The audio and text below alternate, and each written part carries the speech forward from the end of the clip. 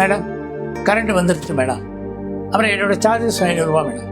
2 wire மாத்தினதுக்கு 500 ரூபாயா? 2 wire மாத்தினேனா? 2 வயருக்கு connect பண்றது அவ்வளோ ஈஸியா நீங்களே பண்ணிருக்கலாமே. எதுக்கு எலக்ட்ரிஷியனை கூப்பிட்டீங்க? பாருங்க, உயிரை பணைய வச்சு நாங்க வேலை செய்யறோம். எங்களுக்கு ஏதாவது ஆச்சுன்னா எங்க உயிரை போயிடுமா? இவ்வளவு அதிகமா கேட்டீங்கன்னா அடுத்த வாட்டி உங்களை எப்படி கூப்பிடுறது? அது உங்க இஷ்டம். என்னோட சார்ஜஸ் 500 ரூபாமா. 500 ரூபாய்லாம் கொடுக்க முடியாது. 200 ரூபாய் வேணா தரேன். இல்லம்மா, என் சார்ஜஸ் எனக்கு கொடுத்துருங்க. என்ன பிரச்சனை?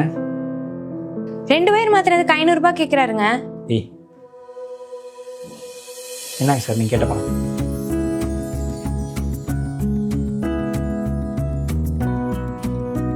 என்னங்க, அவர் 500 ரூபாய் கேட்டா நீங்களும் 500 ரூபாய் கொடுப்பீங்களா? காசு நிறைய இருக்கோ? இங்க பாரு, அவர் 500 ரூபாய் கேட்டது சும்மா 2 வயரை கனெக்ட் பண்ணதுக்காக கிடையாது.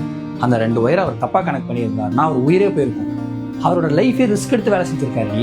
அந்த ரிஸ்க்கு தான் 500 ரூபாய் கேட்குறாரு. இப்போ ஒன்னே எடுத்துக்கோ, வீட்டில் எவ்வளோ வேலை செய்கிறேன், குழந்தைய பார்த்துக்கிறேன், துணி துவச்சி போடுறேன், எனக்கு சமைச்சு போடுறேன், என் கணக்கு வழக்கு எல்லாத்தையுமே நீ தான் பார்த்துக்கிறேன். யாராவது உங்ககிட்ட வந்துட்டு நீ சும்மா தானே இருக்க, இதெல்லாம் ஒரு வேலையான்னு சொன்னால் உனக்கு எவ்வளோ கோவம் வரும். அதே மாதிரி தான் அவங்களும். முதல்ல யார் செய்கிற வேலையும் சாதாரண வேலைன்னு சொல்லவே கூடாது. இன்ஃபேக்ட் சொல்லப்போனால் ஒரு டாக்டர் எலக்ட்ரிஷியனும் ஒன்று தான். 2 பேருமே உயிர் சம்மந்தப்பட்ட வேலை தான் பார்க்குறோம்.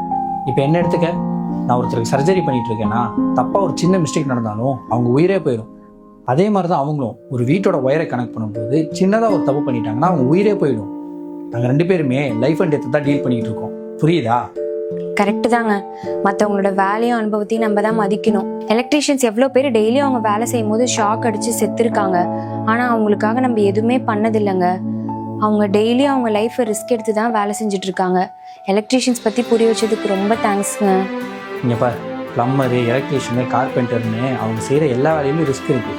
இனிமேல் யாரும் செய்கிற வேலையை வச்சு அவங்க ஜட்ஜ் பண்ணாங்க. புரியுதா? கண்டிப்பாங்க. இனிமேல் நான் அவங்கள ஜட்ஜ் பண்ணவே மாட்டேன். ஒன்று, அவங்க வேலை செய்கிறதுக்கு முன்னாடியே அவங்க கிட்ட அமௌண்ட்டை டிஸ்கஸ் பண்ணிடுவேன். இல்லைனா அவங்க கேட்குற அமௌண்ட்டை கொடுத்துருவேன். எலக்ட்ரீஷியன் வேலை ஒரு சாதாரண வேலைன்னு நினச்சிட்டு இருந்தேன். ஆனால் அவங்கள பற்றி தெரிஞ்சதுக்கு அப்புறம் தான் அவங்க மேலே ஒரு மரியாதையே வருதுங்க. சரிம்மா, இப்போயாவது புரிஞ்சுக்கிட்டே. எனக்கு டயர்டாக இருக்குது, ஒரு கப் டீ மட்டும் போட்டு எடுத்துருவோம்.